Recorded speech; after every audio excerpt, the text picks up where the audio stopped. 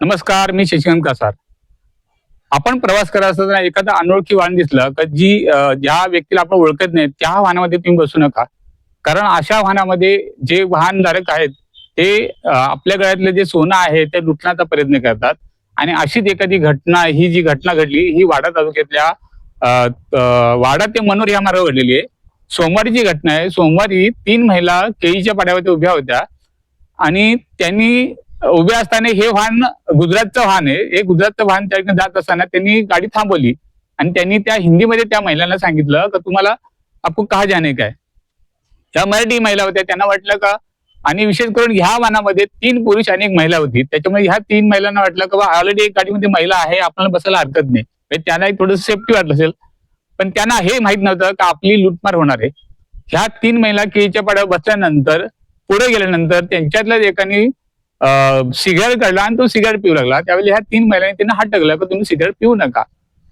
केळीचा पाडा येण्याच्या अगोदरच त्यांनी काय केलं, एक महिला ड्रायव्हरच्या सीटच्या साईडला बसली होती, तिच्या गळ्यात त्यांनी माळ बघितली होती सोन्याची.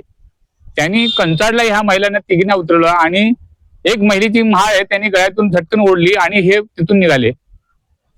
ही माहिती ह्या 3 महिलांनी तात्काळ पोलीस स्टेशनला कळवलं आणि पोलीस स्टेशनच्या सगळ्या टीम ताबडतोब सतर्क झाल्या.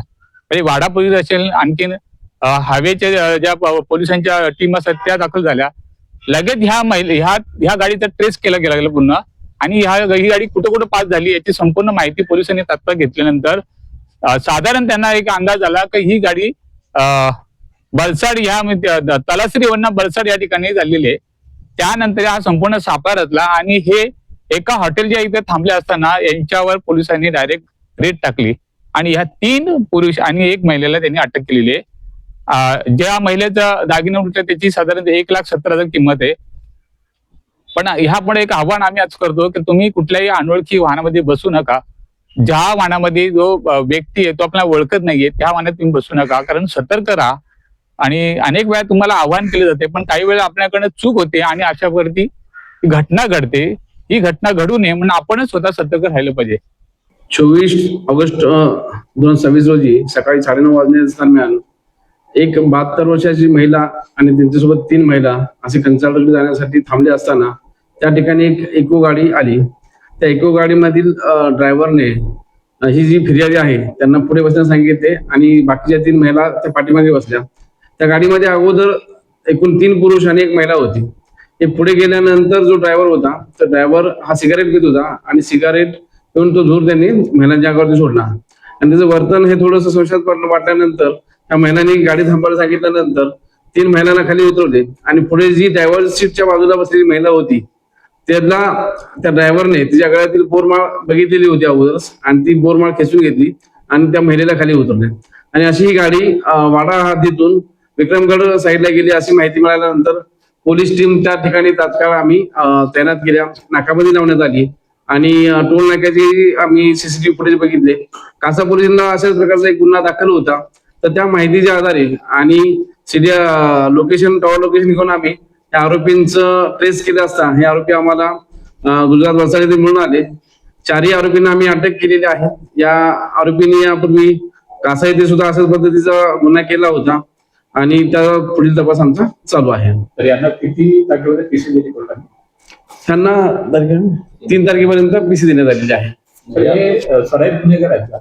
हे सराईत गुन्हेगार आहेत. आपल्या हद्दीमध्ये कासा पोलिसांना सुद्धा गुन्हा आहे आणि गुजरात राज्यामध्ये सुद्धा यांच्यावरती अशा पद्धतीचे गुन्हे दाखल आहेत. तर या घटनेनंतर आपण काय आव्हान करावं? या घटनेच्या अनुषंगाने आम्ही सर्व नागरिकांना हेच आवाहन करतो की आपण ज्यावेळेस प्रवास करता त्यावेळी आपले सोन्याच्या दागिने आपण व्यवस्थित सांभाळून ठेवा आणि जे अनोळखी लोक असतील किंवा बाहेरच्या गाड्या असतील त्यामध्ये जर आपण प्रवास करणं टाळावं आणि आपलं लोकेशन आपल्या घरच्यांना देणं यामध्ये गरजेचं आहे. आणि आपल्याला अशा ठिकाणी जर गरज वाटली तर आपला पोलीस जो टोल नंबर आहे 112 या नंबरवरती आपण कॉल करू शकता. तात्काळ त्या ठिकाणी आपल्याला पोलिसांची मदत मिळली जाईल. माझं नाव भारती भास्कर पष्टे.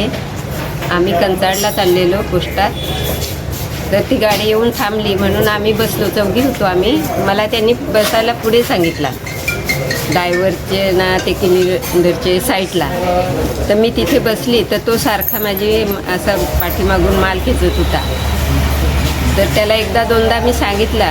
नंतर मग त्याने कलमखान फाट्याच्या पुढे गेलो आणि त्याने ती घेतली तर मी त्याला विचारलं का माझी माल तू घेतलीस, तर त्याने मला ढकलून दिला, दरवाजा उघडला ना खाली, रस्त्याच्या खाली. त्यानंतर काय झालं? ते गेले निघून. मग मला ते बायका होत्या त्यांनी उठवला. मग आम्ही पोलीस इथं गेलो ना गोरा फाट्यावर. तुम्ही काय सांगाल, काय घटना झाली? घटना अशा प्रकारे झाली. मला जेव्हा फोन आला, मी ॲक्च्युली विरारला होतो. मी आईला पहिले सांगितलं की गोरा फाटा तिथून जवळच आहे, तिथे पोलीस चौकी आहे, पहिल्यांदा जाऊन तिथे रिपोर्ट करा. तिथे रिपोर्ट केल्यानंतर अगदी 5 ते 7 मिनटात तिथे 10 ते 12 पोलीस हजर झाले अत्यंत तातडीने. आणि माझ्या माहितीप्रमाणे कदम साहेब, सरगर साहेब यांनी अगदी 2 तासात गुन्हेगारांना ताब्यात घेतलेलं आहे. पण गुन्हेगार अजून कोण आहेत, कुठे आहेत ते अजून आपल्याला बघायला मिळाले नाही. ताब्यात घेतले.